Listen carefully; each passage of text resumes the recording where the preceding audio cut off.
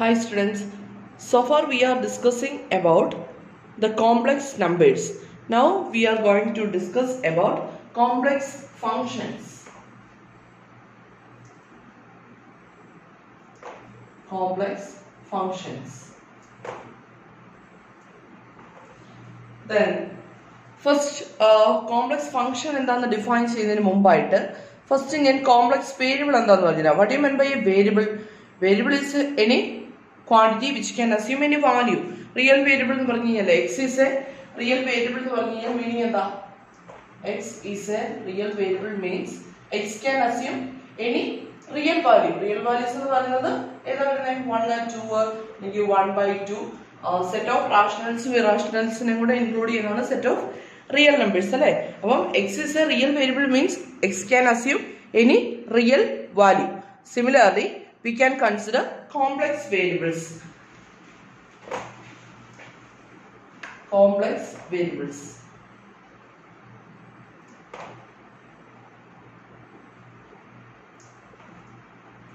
If the symbol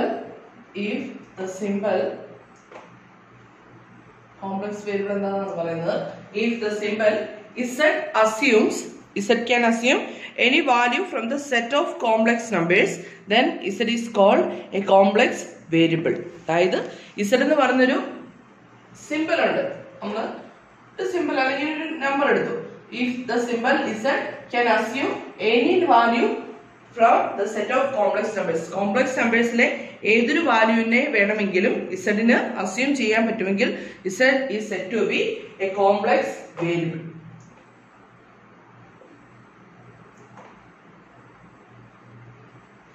If the symbol z assumes values from the set of complex numbers, then z is called a complex variable. If corresponding to each z ന് corresponding ആയിട്ട്, if corresponding to each value of z a complex number w is associated, corresponding to if corresponding to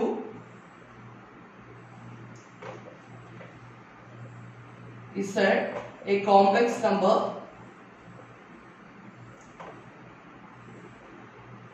w is associated, അതായത് ഏതൊരു z എടുത്തു കഴിഞ്ഞാലും അതിന് corresponding ആയിട്ട് ഒരു w നെ നമുക്ക് അസോസിയേറ്റ് ചെയ്യാം, അല്ലെങ്കിൽ there exists a w in connection with the z, then w is said to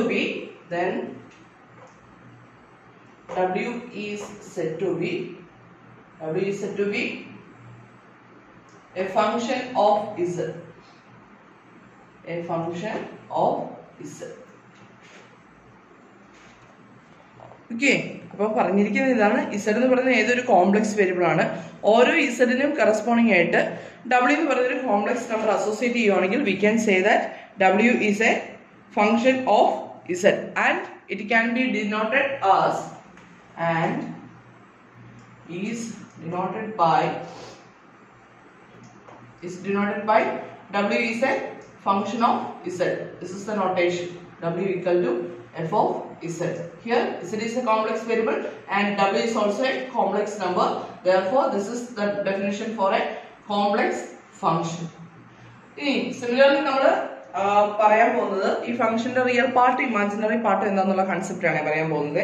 അപ്പം let z equal to, I consider let z equal to x plus iy, z equal to x plus iy, and w is also a complex number, let w equal to u plus iv, then we get in return then w equal to f of z implies u plus iv that's equal to f of x plus iy. Suppose f of x plus iy അല്ലെങ്കിൽ f of z equal to x square ആണെങ്കിൽ എന്ത് വരും? f of x plus iy equal to അല്ലേ, w equal to f of x plus iy, that is equal to x square is x plus iy the whole square, that's equal to x square plus 2 into I into 2xy plus iy square, that is minus y square. Then separating the real and imaginary parts, x square minus y square plus I into 2xy. Then we take w as u plus iv, that is u plus iv equal to this function. Then u is the real part. Therefore, u equal to x square minus y square, and b is called the imaginary part.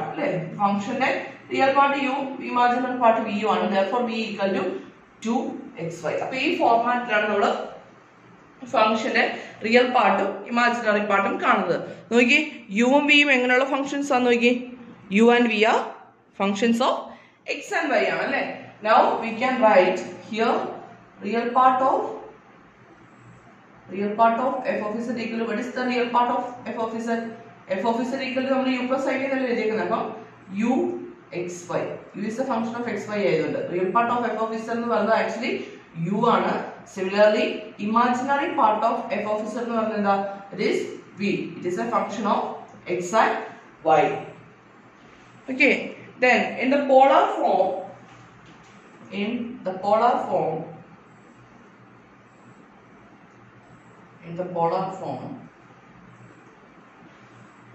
w equal to f of z can be written as, our function w equal to f of z ആണ്, can be written as w equal to f of r into e raised to I theta. Then what is u?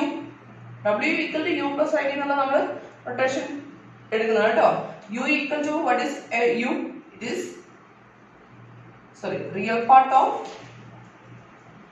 then real part of f of z equal to u of r theta. Then real part is a function of r and theta.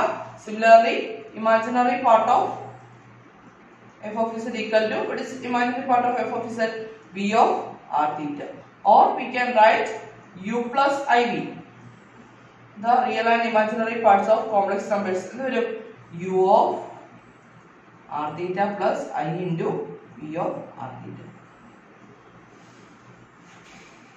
This is the definition of a complex variable. Complex function. അപ്പോൾ ഇങ്ങനെയാണ് നമ്മൾ complex functions define ചെയ്യുന്നത്. അപ്പം z എന്ന് പറഞ്ഞാൽ ഏതൊരു complex variable ആണ്. Then corresponding to each z we can associate a complex number w. Then we can say that w is a function of z. It is denoted by w equal to f of z. Then as usual we take z equal to x plus iy, and w is taken as u plus iy. U plus iv. Therefore u plus iv equal to f of x plus iy. Then u and v are functions of x and y. Now u is called the real part of f of z and v is called the imaginary part of f of z. On comparing, we get real part of f of z equal to u of xy. U is actually a function of x and y, and imaginary part of f of z equal to v of xy. Then we consider the polar form. W equal to f of z. Then we can take z as r into e raised to I theta. Then w equal to f of r into e raised to I theta. W equal to u plus iv. Then we can write u plus iv is actually u of r theta plus I into v of r theta. നമുക്ക് ഒരു example എഴുതാം. Let w equal to അല്ലെങ്കിൽ f of z equal to z square, or simply w equal to z square. Let w equal to z square. Then find the real and imaginary part of the complex function. എന്ത് വരും? w equal to z square. Then w can be written as f of x plus iy. Then f of z is z square. Therefore x plus iy the whole square, which that's equal to x square minus y square plus I into 2xy. Here the real part is x square minus y square, and v equal to the imaginary part is 2xy. Then next question.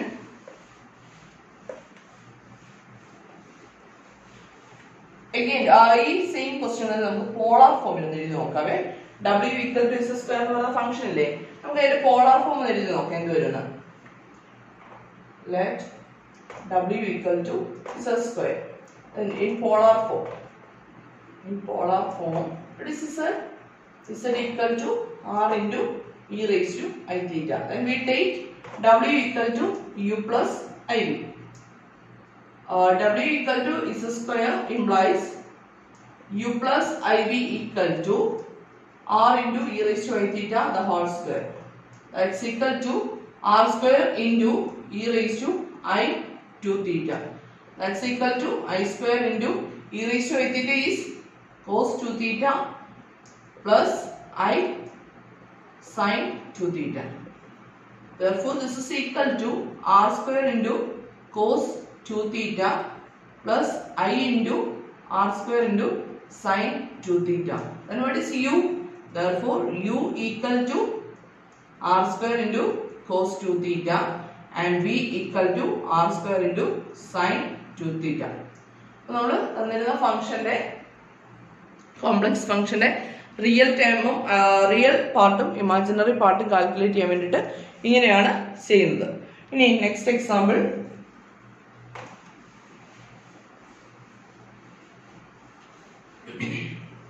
let w equal to f of z, that's equal to, defined as z square plus 3z. Find u and v. Calculate the value of f at z equal to 1 plus 3a. This is the question given.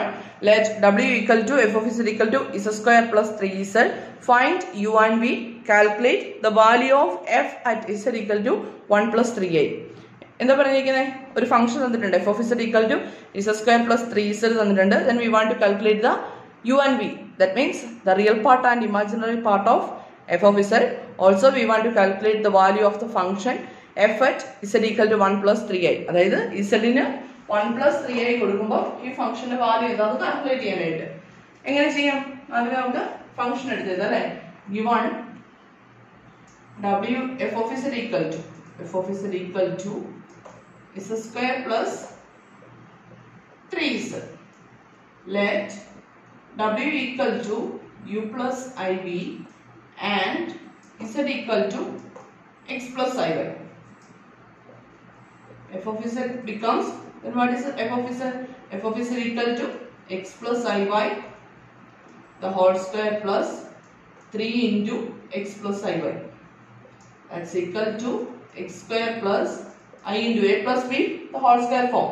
Then x square plus I into 2xy plus iy the whole square, that is plus iy the whole square plus, then here from here 3x plus I into 3y. That's equal to x square plus I into 2xy then minus y square plus 3x plus I into 3y. Then separating the real and imaginary parts. Here x square, this is not real term, then minus y square plus 3x plus I into 2xy plus 3y. This is the function f of z. Therefore, the real part of f of z or u equal to, what is u? X square minus y square plus 3x and v equal to, what is v? Here the imaginary part, 2xy plus 3y is the imaginary part. നമ്മുടെ ഫംഗ്ഷന്റെ u and v അല്ലെങ്കിൽ real പാർട്ടും imaginary പാർട്ടും കണ്ടുപിടിച്ചു. ഇനി എന്ത് കണ്ടുപിടിക്കണം? Function value at 1 plus 3a. അപ്പം at z equal to 1 plus 3i. Then f of z equal to, what is f of z?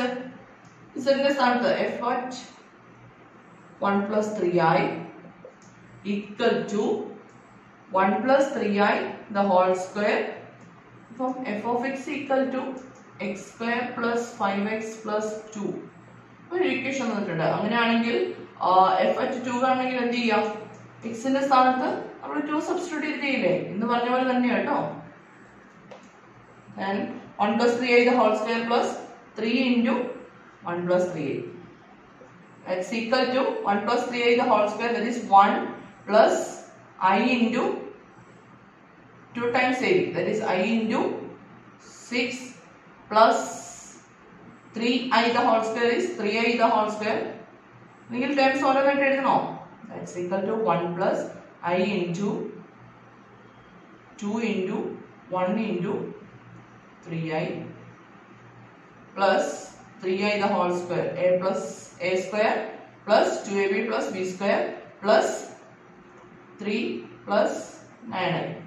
That's equal to 1 plus I into 6 minus 9 plus 3 plus 9i. That's equal to on calculating we get 1 plus 3, that is 4 minus 9, that is minus 5 plus 6i plus 9i become 15i. This is the function value of the function f of z equal to z square plus 3z at the point 1 plus 3a. Clear അല്ലേ എങ്ങനെ ചെയ്യേണ്ടതെന്നുള്ളത്? Then അടുത്തൊരു example.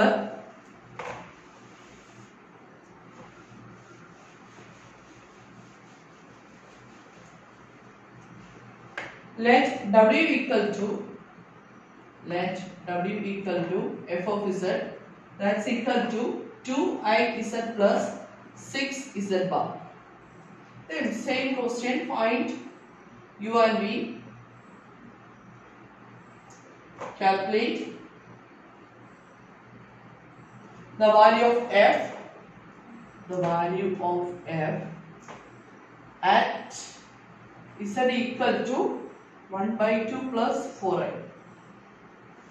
This is the question given. Let w equal to f of z equal to 2 into iz plus 6 into z bar. Find u and v. Calculate the value of f at z equal to 1 by 2 plus 4i. That is the value. Given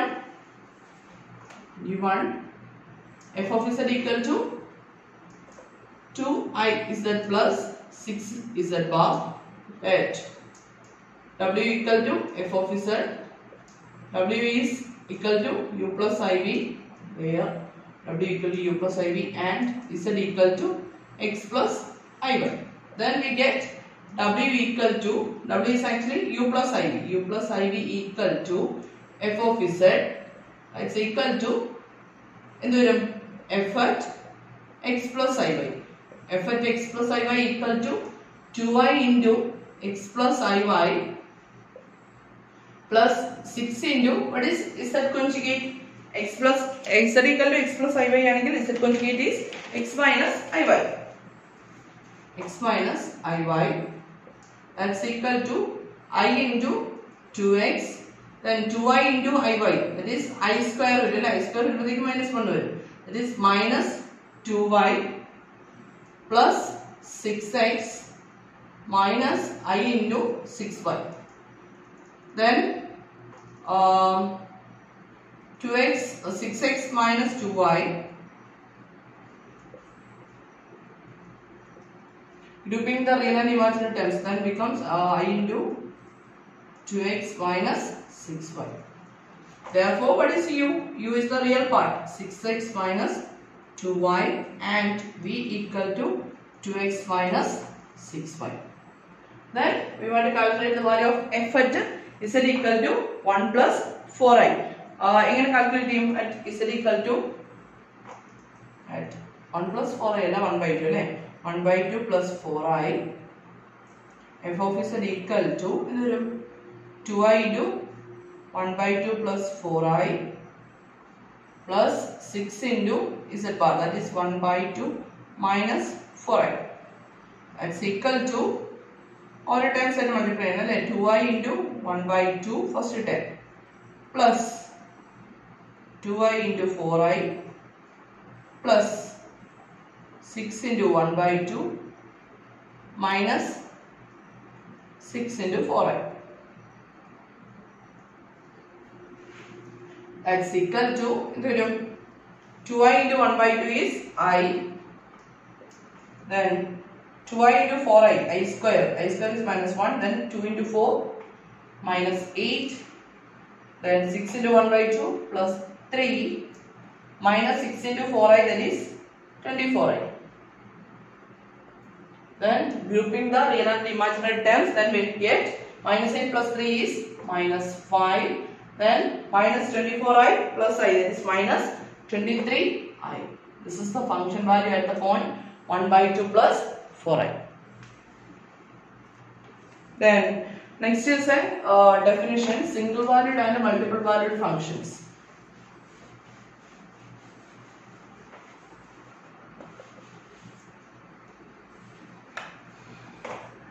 single valued and multiple valued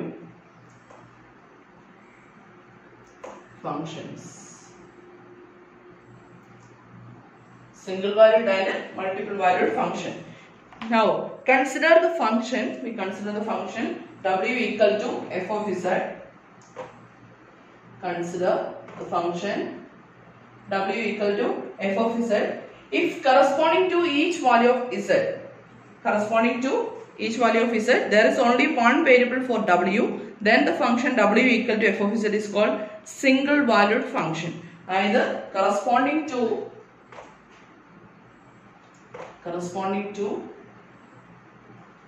each value of z. Each value of z, there is only one variable. There is only one value of w. One value of w. Then w equal to f of z is called a single valued function.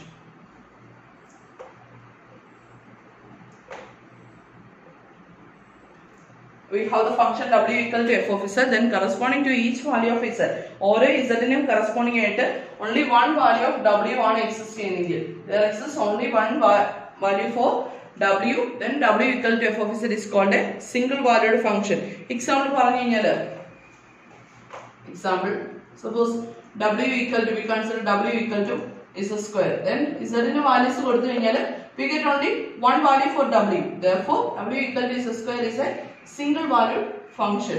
അതേ സമയം നോക്കി, suppose we are considering w equal to root of z, then what about w equal to root of z? We have already known that complex numbers, എല്ലാ real numbers complex numbers ന്റെ category വരുമല്ലോ.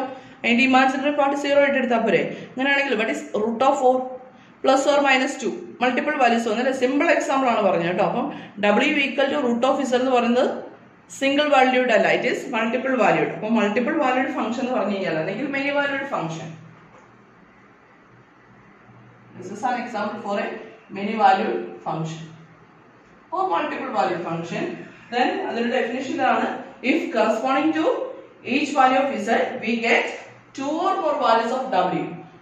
Definition തന്നെ, consider the function w equal to f of z, then corresponding to each value of z we get two or more values for w. w ന് രണ്ടോ രണ്ടിൽ കൂടുതൽ values കിട്ടുവാണെങ്കിൽ we can say that w equal to f of z is a multiple valued or many valued function. Example, w equal to root of z is a many valued function. Then next we define the limit of a function. ലിമിറ്റും continuity ഒക്കെ നമ്മൾ plus two ലെവലിൽ പഠിച്ചിട്ടുള്ളതാണ്. ഇനി നമ്മൾ പറയുന്ന complex ഫംഗ്ഷന്റെ ലിമിറ്റിനെ പറ്റിയാണ്. Limit of A function.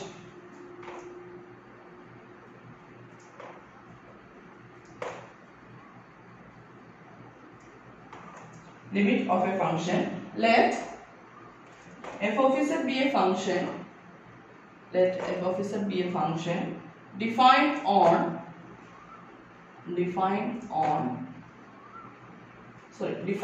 in the neighborhood. Defined in the neighborhood of z naught, except possibly at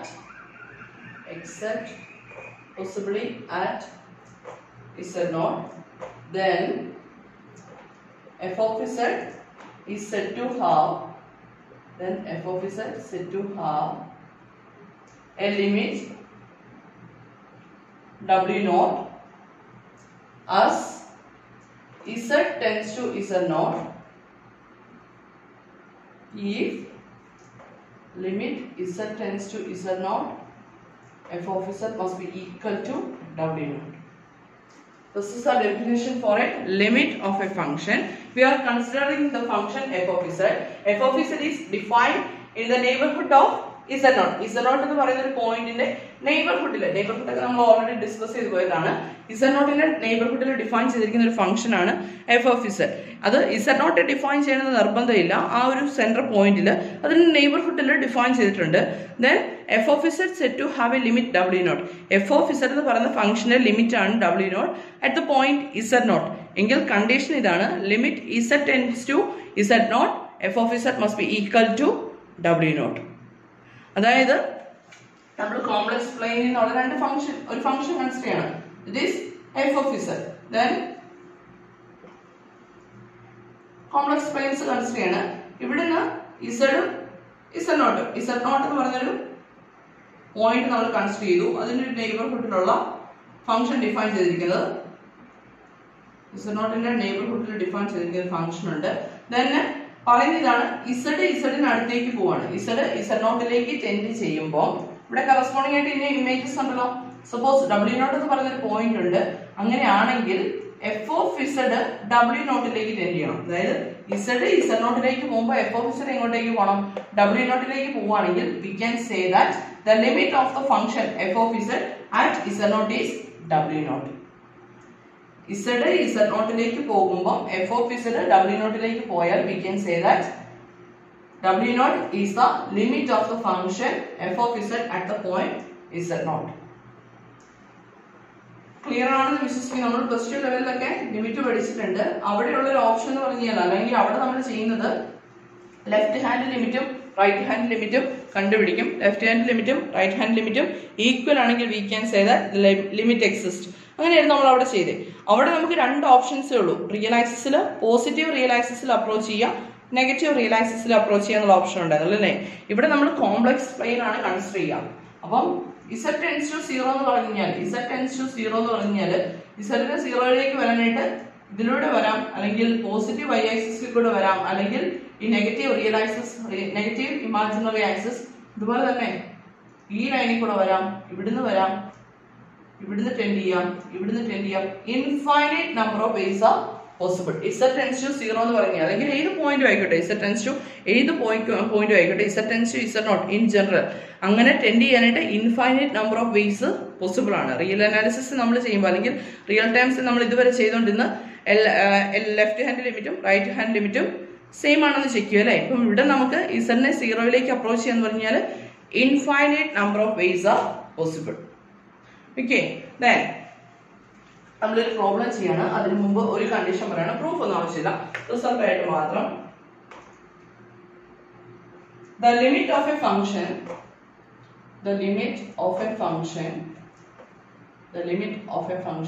if it exists ചെയ്യുന്നുണ്ടെങ്കിൽ, എക്സിസ്റ്റ് ചെയ്യണം നിർബന്ധമൊന്നുമില്ല, ഈ ഒരു ഫംഗ്ഷന്റെ ലിമിറ്റ് എക്സിസ്റ്റ് ചെയ്യുന്നുണ്ടെങ്കിൽ is unique. The limit of a function if it exists is unique. ഒരു ഫംഗ്ഷന്റെ limit exist ചെയ്യുന്നുണ്ടെങ്കിൽ അതെന്തായിരിക്കും? യൂണിക് ആയിരിക്കും, ഒരൊറ്റ വാല്യൂ ഉണ്ടാവുള്ളൂ. അല്ലാതെ ലിമിറ്റ് എന്ന് പറഞ്ഞാൽ പല വാല്യൂസ് ഉണ്ടാവില്ല ഒരു പർട്ടിക്കുലർ പോയിന്റ് നമ്മൾ കൺസിഡർ ചെയ്ത് കഴിഞ്ഞാൽ. Then next is the problem. Show that problem ചെയ്യുന്നെങ്കിൽ ലിമിറ്റിന്റെ ഏകദേശം കുറച്ചൊരു ഐഡിയ കിട്ടും. Show that limit z tends to 0 f of z does not exist if f of z equal to z by z bar. Show that limit z tends to 0 f of z does not exist if f of z equal to z by z conjugate or z bar. Then എന്താ പറഞ്ഞിരിക്കുന്നത്? f of z equal to z by z bar എന്ന് പറയുന്ന function ഉണ്ട്. Then z tends to 0, that is 0 എന്ന് പറയുന്ന point line limit exist ചെയ്യുന്നില്ല എന്ന് കാണിച്ചാൽ പോരെ. അപ്പൊ എന്ത് ചെയ്യാം? നമ്മൾ യൂഷ്വലി ചെയ്യുന്ന പോലെ തന്നെ let z equal to x plus iy, and z bar becomes x minus iy. Given f of z equal to, what is f of z? F of z equal to z by z bar, that's equal to x plus iy divided by x minus iy. Then we want to prove that for this function limit z tends to 0 f of z does not exist. നമ്മൾ ആദ്യമേ consider ചെയ്യാണ്. ഇവിടെ z 0യിലേക്കല്ലേ പോകുന്നത്. Suppose z tends to 0 along the positive real axis or positive x axis. അതായത് സീറോയിലേക്കാണ് approach ചെയ്യുന്നത്. Positive X ആക്സിസിൽ നമ്മൾ consider ചെയ്യണേ.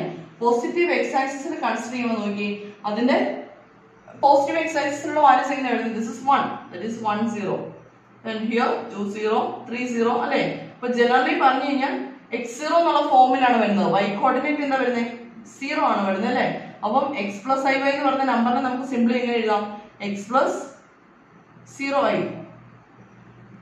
Suppose z tends to 0 along the positive real axis, therefore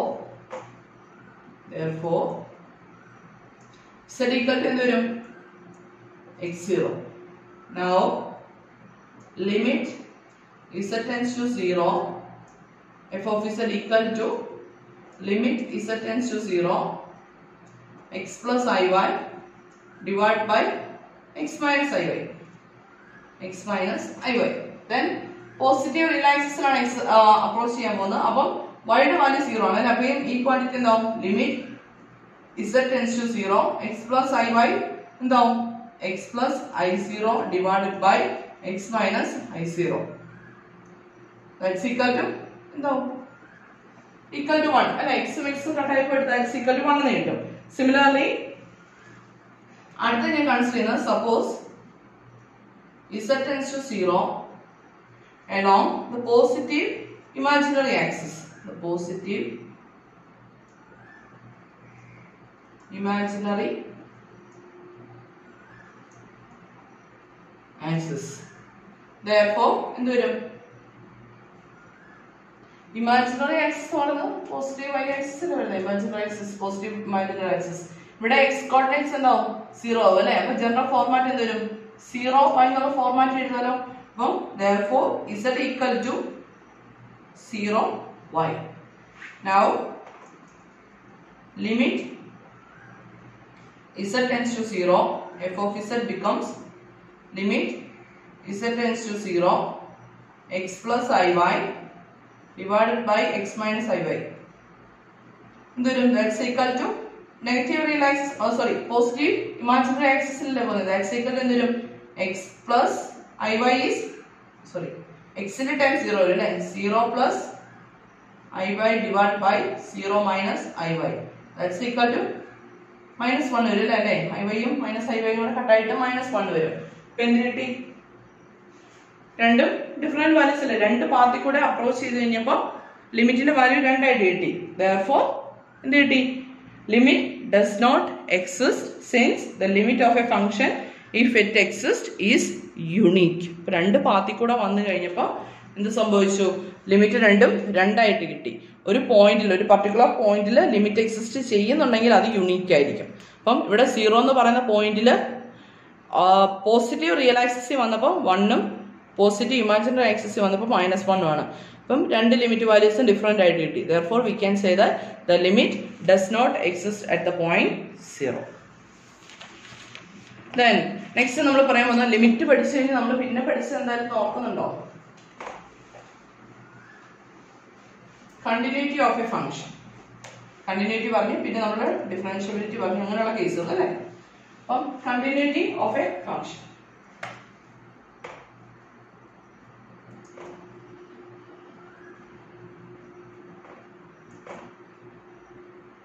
definitions ചോദിക്കാം കേട്ടോ.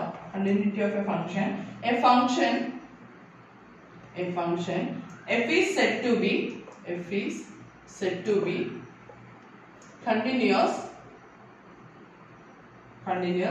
at a point is a naught if three of the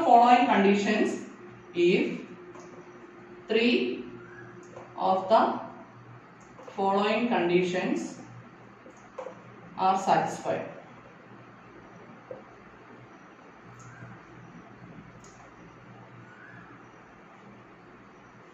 A function f is said to be continuous at a point is a knot if three of the following conditions are satisfied. The first condition is limit z tends to z naught f of z exists. അതായത് f of z ന്റെ limit at the point z0 exist ചെയ്യണം. Then next condition, f at z0 exist. The function value at the point z0 should exist. Then the third condition is define the continuity. If limit z tends to z0, f of z equal to f of z0, then we can say that the function is continuous. അപ്പോൾ ഒരു function continuous ആണെങ്കിലുള്ള conditions ഇതാണ്. Limit z tends to z0, f of z exists. That is, the limit of the function at z0 should exist, and the function value at the point z0 should exist, and limit z tends to z0, f of z should be equal to f of z0. അതായത് നമ്മൾ നേരത്തെ പറഞ്ഞ പോലെ തന്നെ f എന്ന് പറയുന്ന ഒരു function ഉണ്ട്. z0ലേക്ക് അപ്രോച്ച് ചെയ്യുവാണെങ്കിൽ f of z ഇങ്ങോട്ടേക്ക് പോകണം, f of z0ലേക്ക് പോകണം. അതായത് z മൈനസ് z0ന്റെ ലെങ്ത് ചെറുതാണെങ്കിൽ കറസ്പോണ്ടിങ് ആയിട്ട് f of z minus f of z0ന്റെ ലെങ്തും വളരെ ചെറുതായി വരുവാണെങ്കിൽ we can say that limit z tends to z0, f of z equal to f of z0. നമ്മുടെ ലിമിറ്റിന്റെ ടെൻസിൽ നോക്കി w ന് പകരം എന്താ അപ്ലൈ ചെയ്തു? f of z0 അപ്ലൈ ചെയ്തു. അങ്ങനെയാണെങ്കിൽ z z0ലേക്ക് പോകുമ്പോൾ f of z0ലേക്ക് പോകണമെങ്കിൽ we can say that the function is continuous at the point z0. Then അവിടെ നമുക്ക് ഓർത്ത് വയ്ക്കേണ്ട റിസൾട്ട് എന്ന് പറയുന്നത് ഒരു എക്സാമ്പിൾ ചോദിച്ചു കഴിഞ്ഞാൽ കണ്ടിന്യൂസ് ഫംഗ്ഷൻസിന് എക്സാമ്പിൾ ചോദിച്ചു കഴിഞ്ഞാൽ ഏത് പറയുന്നത് അറിയാം? Polynomial functions. Polynomial functions are continuous. Example ചോദിച്ചാൽ continuous function z³ plus 3z plus 5 equal to 0, അല്ലെങ്കിൽ constant function z equal to c, അല്ലെങ്കിൽ z equal to 6. Constant functions എല്ലാം കണ്ടിന്യൂസ് ആണ്. കോൺസ്റ്റന്റ് ഫംഗ്ഷൻ എന്ന് പറഞ്ഞാൽ എന്തിനാണ്? പോളിനോമിയൽ ഫംഗ്ഷൻസ് തന്നെയാണ് വരുന്നത്. അപ്പോൾ all polynomial functions are continuous. Every polynomial functions are continuous. Then രണ്ട് ഫംഗ്ഷൻസ് കണ്ടിന്യൂസ് ആണെങ്കിൽ അതിന്റെ സം അതുപോലെ തന്നെ പ്രോഡക്റ്റ് എല്ലാം എന്ത് തന്നെയായിരിക്കും? കണ്ടിന്യൂസ് ആയിരിക്കും. ആ ഒരു പോയിന്റ് ഓർത്തിരിക്കണം. If two functions are continuous at a point, their sum and product are also continuous at that point. ഒരു രണ്ട് ഫംഗ്ഷൻസ് കണ്ടിന്യൂസ് ആണെങ്കിൽ അതിന്റെ സമ്മും അതുപോലെ തന്നെ പ്രോഡക്റ്റും എന്തായിരിക്കും? കണ്ടിന്യൂസ് ആയിരിക്കും. ദെൻ നമുക്ക് ഒരു ഡെഫിനിഷനോടെ പറഞ്ഞു കഴിഞ്ഞാൽ ഇന്നത്തെ സെക്ഷൻ വൈൻഡപ്പ് ചെയ്യാം. It is derivative of a function.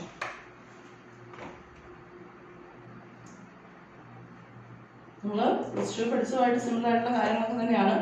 Derivative of A function. A function f is said to have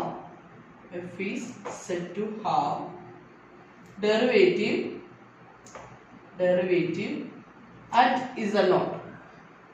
ഒരു ഫംഗ്ഷൻ ഉണ്ട്, f എന്ന് പറയുന്ന ഫംഗ്ഷൻ ഉണ്ട്, അതിന് z0 എന്ന് പറയുന്ന പോയിന്റിൽ ഡെറിവേറ്റീവ് എക്സിസ്റ്റ് ചെയ്യുന്നുണ്ടെങ്കിൽ ഇഫ് ഡെറിവേറ്റീവിനെ ഡിനോട്ട് ചെയ്യുന്നത് നിങ്ങൾക്ക് അറിയാവുന്ന നൊട്ടേഷൻ ആണ് f dash of z0 that's equal to limit delta z tending to 0 f of z plus delta z minus f of z0 plus delta z minus f of z0 divided by delta z exist. Or f dash of z0 നെ തന്നെ എഴുതുന്ന വേറെ notation ഉണ്ട്. Limit z tends to z0 f of z minus f of z0 divided by z minus z0 exist. അതായത് ഒരു function f തന്നിട്ടുണ്ട്, z0 എന്ന് പറയുന്ന പോയിന്റിൽ ഫംഗ്ഷന് ഡെറിവേറ്റീവ് എക്സിസ്റ്റ് ചെയ്യാനുള്ള കണ്ടീഷൻ ഇതാണ്. എക്സിസ്റ്റ് ചെയ്യുന്നുണ്ടെങ്കിൽ we can say that we can take the derivative of f at the point z0 as f dash of z0 that's equal to defined as limit delta z tending to 0 f of z0 plus delta z minus f of z0 divided by delta z. ഈ quantity ഈ limit exist ചെയ്യുന്നുണ്ടെങ്കിൽ we can say that the function is differentiable at the point z0 and the derivative can be taken as f dash of z0. Or the same definition, a function f is said to have a derivative at z0 if limit z tends to z0 f of z minus f of z0 divided by z minus z0 exist. അതായത് ഈ limit exist ചെയ്യുന്നുണ്ടെങ്കിൽ we can say that the function has a derivative at the point z0, or we can say that the function is differentiable at z0. അപ്പം ഒരു function differentiable ആണെങ്കിൽ എന്ത് സംഭവിക്കണം? അതിന്റെ derivative എവിടെ എക്സിസ്റ്റ് ചെയ്യണം? z0 ല്. The function f is said to be differentiable f is said to be differentiable at z naught എപ്പോഴാ? when its derivative at z naught exists. z naught ila derivative exist ചെയ്യുന്നെങ്കിൽ we can say that f is differentiable at the point z naught. നിങ്ങൾ നേരത്തെ പഠിച്ചിട്ടുള്ള കാര്യങ്ങളൊക്കെ തന്നെയാണ്. Limit, continuity and derivative of A function നമ്മൾ complex ടൈമിൽ define ചെയ്തു എന്ന് മാത്രം. ക്ലിയർ ആണെന്ന് വിശ്വസിക്കുന്നു. Anyway, thank you.